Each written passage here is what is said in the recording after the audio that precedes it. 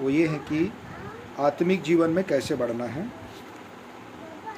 तो सबसे पहले आत्मिक मूल्य समझना जरूरी है। जब हम आत्मिक बोलते हैं तो हमारे सामने का पिक्चर निकल के आती कि जब हम आत्मिक आत्मिक आत्मिक बोलते हैं कई बार, तो आत्मिक के मैंने सही मैंने कहा है बोला समझना है।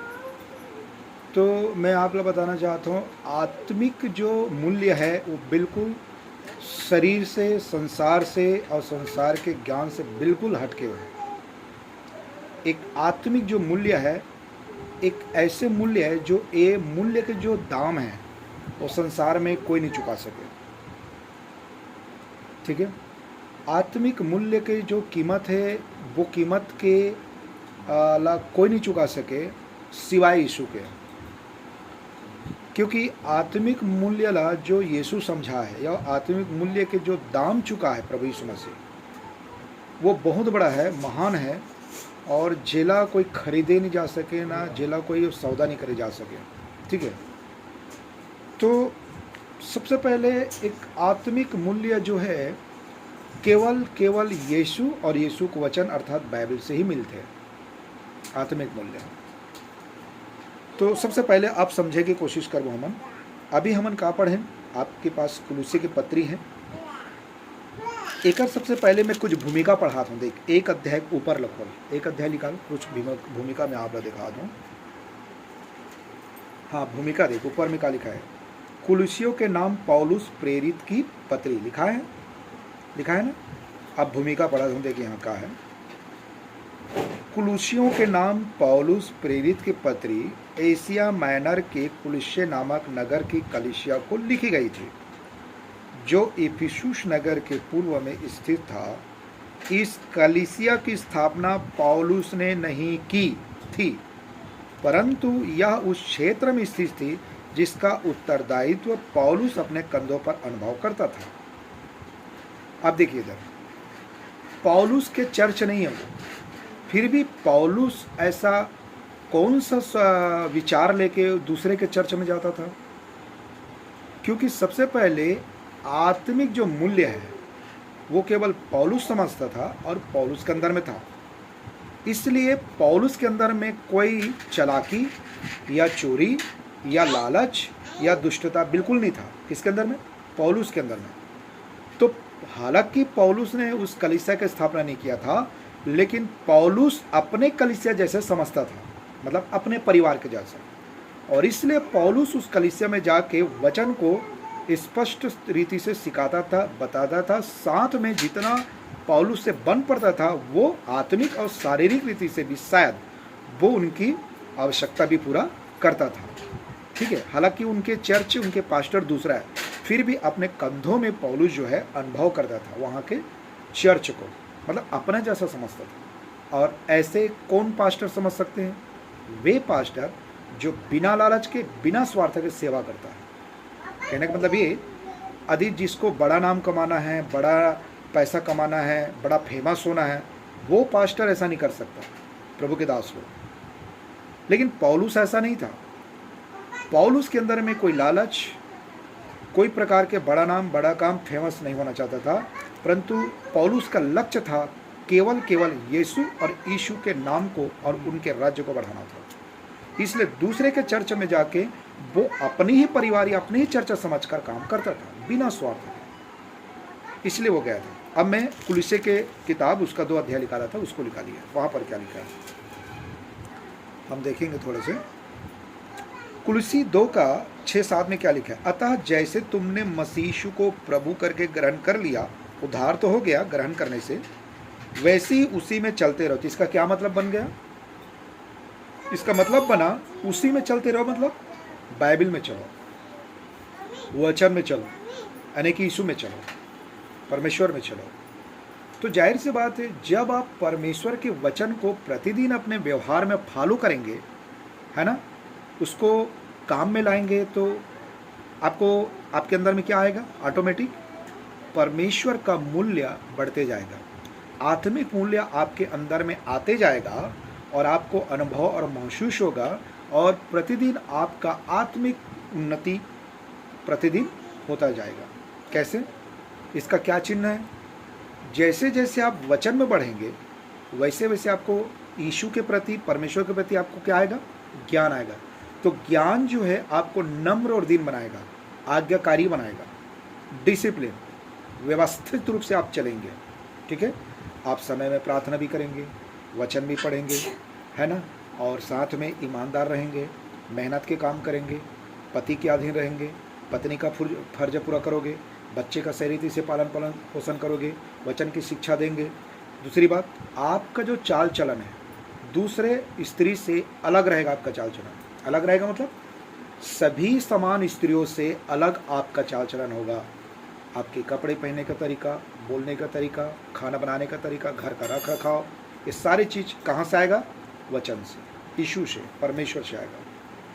तो जो व्यक्ति वचन में बढ़ता है, आत्मिक मूल्य में बढ़ता है, आत्मिक उन्नति जब कर रहा होता है, तो सबसे पहले एक व्यक्तिगत उनके जीवन में एक बदलाव आता है। कैसे? वचन से। ठीक है, आपके स्वभाव संसारिक जैसा उल्टा सीधा बात करना, चारी चुगली करना, दोस्त करना, नशा करना, असंयमी रहना, पति का अधीनता न रहना, बात बात में झगड़ा करना, नशा करना, है ना, उंगली मटकाना, आंख मटकाना, लंद फंद, ये सब नहीं होगा। ये कहाँ होता है? संसारिक और शारीरिक लोगों में। भले दिखने में शायद सुंदर हो सकता है स्त्री, या उनका वैल्यू जो है समाज में अच्छा हो सकता है, पर परमेश्वर की दृष्टि में अच्छा नहीं है। परमेश्वर की दृष्टि में वो स्त्री का मूल्य होता है जो परमेश्वर के भय मानता है, वचन के आधार पर चलता है, और उनके जीवन में एक वचन के द्वारा बदलाव, परिवर्तन आता है। उसका कीमत है परमेश्वर के नज़र में, दृष्टि में। समझ रहे बातों को? इसलिए बाइबल क्या सिखाता है? यदि आपने यीशु को प्रभु जानकर, आपने आगे पीछे समझकर जान लिया कि यीशु को छोड़ दूसरा ईश्वर नहीं है, एक ही उद्धार करता है, एक ही सृष्टि करता है, वही क्षमा करता है, वही हमको सहता है, हमको बनाता है, हमारे बिगड़े आचरण को बनाता है, उसके अंदर में धीरज है, वही मृत्यु पर जयवंत हुआ। यदि ये सब चीज़ आपको नॉलेज है, ठीक है, और तो आप जैसे जैसे वचन में बढ़ते जाएंगे, आपके अंदर में एक बदलाव आएगा, आत्मिक मूल्य बढ़ते जाएगा। फिर आगे क्या कहता है देखिए 7, और उसी में अर्थात यीशु के वचन में जड़ पकड़ते और बढ़ते जाओ। जड़ पकड़ने का मतलब क्या है? विश्वास में गहराई उतरना, परिस्थिति जो भी हो, विश्वास में गहराई उतरना। बढ़ते जाओ मतलब परमेश्वर के स्वभाव में, ईश्वरीय स्वभाव में सम्मिट होना, सहभागी होना, परमेश्वर के राज्य में। अभी क्या करेंगे? आप पृथ्वी पर जरूर जीवन जी रहे हैं, लेकिन आपकी आशा ध्यान सिर्फ स्वर्ग में रहेगा। कैसा रहेगा? एक दिन मैं आँख बंद करूंगा पृथ्वी पर, मैं स्वर्ग में जाऊंगा, स्वर्ग में मेरा घर होगा, स्वर्ग में मेरा जीवन होगा, मैं अपने साथ बहुतों को स्वर्ग ले जाऊंगा। ये आशा के साथ जिएंगे, तब आपकी आशा मजबूत होगा, आपके अंदर में ऑटोमेटिक आनंद और शांति होगा, क्योंकि आप जीवन पृथ्वी के लिए नहीं जी रहे हैं, परंतु अनंत काल के लिए जी रहे हैं। समझ रहे हैं? स्वर्गीय जीवन जीना अलग होता है और स्वर्गीय जीवन के लिए जीना अलग होता है। ये सब दोनों अलग बात है। समझिए, मैं गंभीर बात समझा रहा हूँ आपको। तो आत्मिक मूल्य आपकी तब बढ़ते जाएगा जब आप वचन में बढ़ते जाएंगे और वचन को समझते जाएंगे। तो बढ़ते और पकड़ते और बढ़ते जाओ, और जैसे तुम सिखाए गए, मतलब कहाँ सिखाए गए? बाइबल के वचन से जो सीख रहे हैं हम लोग, सिखाए गए, वैसे ही विश्वास में दृढ़ होते जाओ, मतलब मजबूत होते जाओ। अब आपके विश्वास को परखने के लिए शैतान भी आ सकता है, कोई व्यक्ति भी आ सकता है, समाज आ सकता है, पैसा कोई भी आ सकता है आपके विश्वास को डामाडोल करने के लिए, आपके विश्वास को परखने के लिए। ऐसे ऐसे मुसीबत, ऐसे ऐसे बीमारी, ऐसे ऐसे तकलीफ आपके सामने खड़ा हो जाएगा। कुछ भी हो सकता है। आपके विश्वास में कितना दम है, वो एक परमेश्वर भी इधर एक तरफ से देखना चाहेगा, और दूसरे तरफ शैतान कुछ ऐसे वस्तु को ला के आपके सामने रखेगा ताकि आपके विश्वास को प्रलोभन में बदलेगा और परखेगा कि आदमी बंदा जाता किधर है। शैतान सोचेगा मेरे तरफ आएगा, या परमेश्वर देखता मेरे तरफ आएगा। ऐसा होने देगा प्रभु आपको? नहीं होगे। यदि मान लो नहीं होने देता है परमेश्वर, तो कैसे पता चलेगा कि आपका विश्वास किधर है, उधर या इधर? केवल बोलने से नहीं होता ना। कोई भी सामान बनाते हैं तो उसका परख होता है। अभी भैया काम करने जाता है, जब उसको मालिक पैसा देगा तो भैया को देखकर पैसा नहीं देगा, उनके काम के कला को देखकर देगा। समझ में आ रहा है?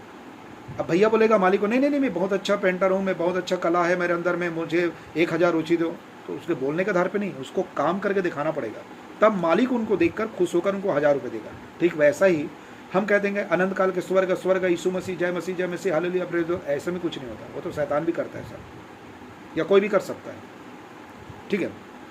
तो हमारा विश्वास कैसा है प्रभु में, हम कितना मोहब्बत करते हैं प्रभु में, और प्रभु के लिए हम क्या कुछ कर सकते हैं, वो तो आपके कर्म में दिखाई देगा, जीवन में दिखाई देगा, व्यवहार में दिखाई देगा, प्रैक्टिकल व्यवहारिक रूप में दिखाई देगा, सारी चीज। तो उस प्रकार के आपको काम करना है, ठीक है। विश्वास में मजबूत होना, फौलादी विश्वास, प्राण देने समय तक के विश्वास, और सारी बुद्धि तो आपको वचन से मिलेगा, यीशु के वचन से, सारी चीज यहाँ लिखा हुआ है। और उसके बाद क्या लिखा है, उसके बाद आगे लिखा है, देखिए अब मैं पढ़ रहा हूँ 8 पद को, देखिए यहीं पर अब 8 में क्या लिखा है, चौकस रहो कि कोई तुम्हें उस तत्व ज्ञान और व्यर्थ धोखे के द्वारा अपना आहेर ना बना ले जो मनुष्य की परंपराओं और संसार के आदि शिक्षा के अनुसार तो हैं, पर मसीह के अनुसार नहीं। मतलब क्या, अब इसलिए मैं बता रहा हूं, अभी मसीह देख लो, मसीहत में तरह तरह के ज्ञान, तरह तरह के भावनाएं, तरह तरह के विषय, तरह तरह के ज्ञान, तरह तरह के उपदेश, तरह तरह के स्टाइल, तरह तरह के चर्चेस में नियम धियम रख रखाव, ये इस प्रकार है। तो आपको कैसे पता कि कौन सा सही है कौन सा गलत है, कैसे पता चलेगा, कैसे परखेंगे? मान लो मैं आपके घर में आया हूँ, मुझे आपको परखना है, तो कैसे परखोगे आप? मैं चरोटा से आया हूँ, मैं जो कुछ बोल रहा हूँ सही है गलत है, कैसे परखेंगे आप? या मेरे जीवन को कैसे परखोगे आप? बताओ कैसे? केवल वचन के ज्ञान से, केवल वचन के ज्ञान से। आपके अंदर में बस रहा पवित्र आत्मा आपको अपनी इच्छा समय में प्रभु आपको बता देगा सही है गलत क्या है, तो जरूरी हो जाता है। तो आपको ना मसीही में भी बहुत सारा चर्चेस, बहुत सारा सिखाने वाला मिलेगा, कुछ सही मिलेगा कुछ गलत मिलेगा, लेकिन ज़्यादातर 75% गलत मिलेगा आपको। मैं जो सिखा रहा हूँ केवल 2% मिलेगा आपको, जो निस्वार्थ आपको सिखाएगा बिना कोई लालच के, ठीक है दीदी। दूसरी बात, बाइबिल के मूल शिक्षा सिद्धांत को लेकर बहुत सारा प्रचलित है लोगों में, तरह तरह के विचार है, तरह तरह के नियम है, धियम है, उपदेश है। तो इसी रीति से संसार में भी बहुत सारा उल्टा सीधा शिक्षा ज्ञान है, तरह तरह की बातें हैं। इसीलिए लिखा है कि ये सारे बातों को कहीं ऐसा ना हो कि तुमको वो खा ले या तुमको फाड़ डाले या तुमको विनाश की ओर, आत्मिक जीवन को कहीं नष्ट ना कर दे। इनसे कैसा बचना है? आगे लिखा है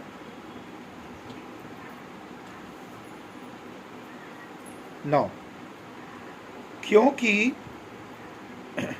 क्योंकि उसमें ईश्वरत्व की सारी परिपूर्णता संदेहवास करती है। मतलब जो इस प्रकार के उल्टा सीधा शिक्षा देता है, ज्ञान देता है अपने फायदे के लिए या फेमस होने के लिए, या केवल अपने चर्चेस में केवल भीड़ दिखाना चाहता है कि मेरे चर्चेस में इतना सारा भीड़ है लेकिन वहाँ शारीरिक ज़्यादा है आत्मिक कम है, ये केवल क्या करता है पता है? केवल शक पैदा करता है, डाउट पैदा करता है आत्मिक जीवन में, प्रश्न खड़ा कर देता है आत्मिक जीवन में। उसको तर्क करने का या वाद विवाद करने का रोग लग जाता है, क्योंकि उनको इस प्रकार करने से अच्छा होता है। क्योंकि इसीलिए वचन में लिखा है परिपूर्णता संदेहवास करती है। संदेह, डाउट, शक, झगड़ा, वाद विवाद खड़ा करता है, जबकि आत्मिक नहीं है। क्योंकि आत्मिक संदेश में सच्चा आनंद और शांति और प्रेम और मेल मिलाप होता है, उसमें जीवन सुधरता है, उसमें एक बदलाव आता है। ऑटोमेटिक हमारे अंदर में बस रहा पवित्र आत्मा गवाही देता है कि जो बंदा बता रहा है बिल्कुल सही है, ऐसा अंदर से पवित्र आत्मा हमको बताता है। ये फर्क होता है दोनों में। और बात है इसमें 10 पद में, और तुम उसी में भरपूर हो गए, उसी मतलब यीशु मसीह में, जो सारी प्रधानता और अधिकार का शिरोमणि। कौन? यीशु मसीह, जो राजाओं के राजा है और सबसे महान परमेश्वर है सभी मनुष्यों के लिए। 11, उसी में तुम्हारा ऐसा खतना हुआ है जो हाथ से नहीं, आत्मिक रीति से बता रहे हैं यहाँ पर। आत्मिक खतना, एक शारीरिक खतना होता है, एक आत्मिक खतना, अर्थात मसीह का खतना जो यीशु हमारे लिए किया, जिससे शारीरिक देह उतार दी जाती है। जो मैं बता रहा हूँ स्पष्ट, शरीर का विलासा, शारीरिक बातों, शारीरिक कामों को उतार दी जाती है। 12, और उसी के साथ बपतिस्मा में गाड़े गए, मतलब जब यीशु मारा गया, गाड़ा गया, तो हम भी पाप के पाप के लिए हम भी गाड़े गए यीशु के साथ, समझो। परमेश्वर की सामर्थ्य पर विश्वास करके जिसने अर्थात स्वर्गीय पिता ने उसको अर्थात यीशु मसीह को मरे हुओं में से जिलाया, उसके साथ जी भी उठे। मतलब हम यीशु में पाप के लिए मर गए और जैसा यीशु जी उठा हम भी यीशु मसीह जी उठे। यदि हम जीवित हैं तो हम मसीह में जीवित हैं और स्वर्ग के लिए जीवित है हम लोग, स्वर्ग के राज्य के लिए। तो केवल हमारा क्या मरेगा? केवल शरीर मरेगा, केवल ये शरीर मिट्टी में जाएगा, मरेगा। लेकिन हम पृथ्वी पर भी अनंत काल के लिए जी रहे हैं, हम मरेंगे नहीं पृथ्वी पर भी, और स्वर्ग में भी कभी नहीं मरेंगे, आत्मिक रीति से। समझ रहे आप? जैसा यीशु आत्मिक रीति से जी उठा, हम भी आत्मिक रीति से यीशु में जिएंगे अनंत काल के लिए। तो ना हम पृथ्वी पर मरा ना स्वर्ग में, केवल मरेगा हमारा शरीर जो पापी शरीर है। ठीक है सिस्टर, समझ रहे बात को? अब आत्मिक रीति से यही होता है, आत्मिक रीति से जीना या आत्मिक उन्नति करना। फिर आगे क्या लिखा है देखिए, कुलुस्सियों के पत्री में, कुलुस्सी के पत्री में लिखा है 2 अध्याय के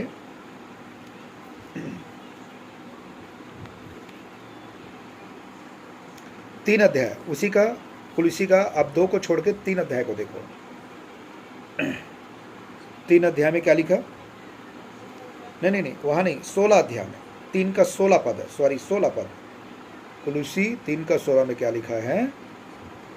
15 से पढ़ा मैं। मसीह की शांति जिसके लिए तुम एक देह होकर अर्थात मसीह में बुलाए भी गए हो, तुम्हारे हृदय में राज्य करे। कौन राज्य करे? यीशु मसीह राज्य करना चाहिए हमारे हृदय में, क्योंकि वही हमारा जीवन का राजा है। यीशु मसीह राज्य करे और तुम धन्यवादी बने रहो। किसका धन्यवादी? केवल परमेश्वर का, सभी बातों के लिए, सभी कामों के लिए और सभी कार्य के लिए प्रभु का हमेशा आभारी और धन्यवाद देना चाहिए। छोटे काम, बड़े काम, है ना। हमको यदि बीमारी है तो प्रभु ने हमको जो जीवित रखा बीमारी होने के बाद भी धन्यवाद देना है। और प्रभु एक समय में हमको दवाई डॉक्टर के द्वारा या अपने सामर्थ्य में चंगाई देता है, उस बात के लिए धन्यवाद। घर दिया धन्यवाद, पति दिया धन्यवाद, पत्नी बच्चे दिया धन्यवाद। यदि हम भूखे हैं कोई बात नहीं, उस बात के लिए भी प्रभु को धन्यवाद देना है। प्रभु यदि मुझे भूखा रहना पड़ा तेरी इच्छा में तो कोई बात नहीं, धन्यवाद। कुड़कुड़ाना नहीं चाहिए कभी भी किसी भी बात के लिए, वो हम धन्यवादी बने रहना है। फिर आगे लिखा है 16 में, मसीह के वचन को अर्थात बाइबिल के वचन को, यीशु के वचन को अपने हृदय में अधिकाई से बसने दो। मतलब सबसे ज़्यादा, इसलिए हमेशा मैं चर्चेस में या कहीं पर भी जाता हूँ तो यही सिखाता हूँ, सबसे ज़्यादा पहला आप वचन में बढ़िए। बिना वचन के मसीही जीवन इस संसार में एक पल नहीं जी पाओगे।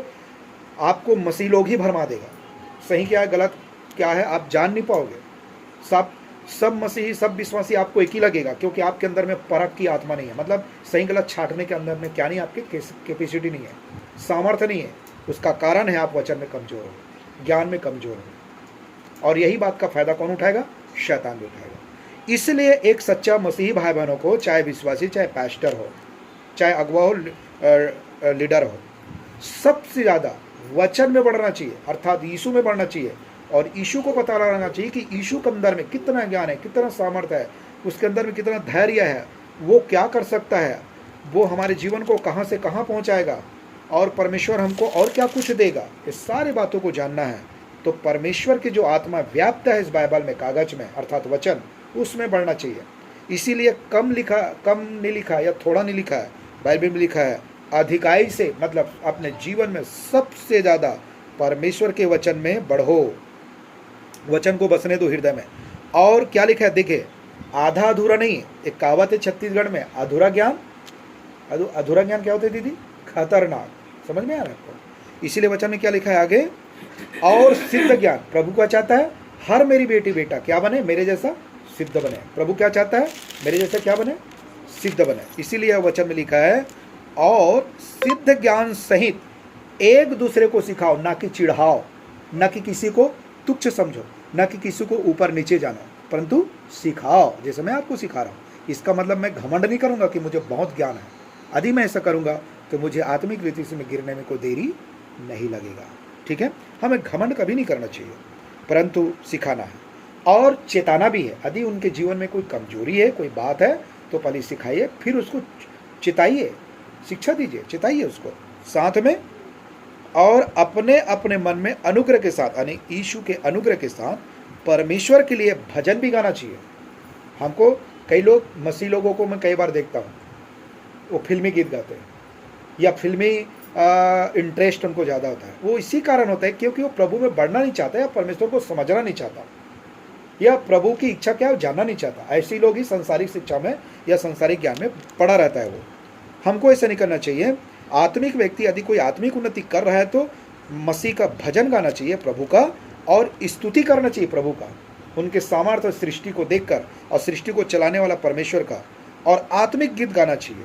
17 में लिखा है वचन में या काम में, मतलब आप जो बोलते हैं उस वचन में या जो आप काम करते हैं उसमें, जो कुछ भी करो सब प्रभु यीशु मसीह के नाम से करो, चाहे वो घर का काम हो या बाहर का काम, और उसके द्वारा परमेश्वर पिता का क्या होना चाहिए, धन्यवाद करना चाहिए। इसे कहते हैं आत्मिक रीति से बढ़ना या आत्मिक जागृति का होना या आत्मिक मूल्य को समझना होता है। ठीक है दीदी, ये है, इसमें कंप्लीट है मैं जो बता रहा हूँ, हर चीज़ है इसमें। आमीन। ठीक है।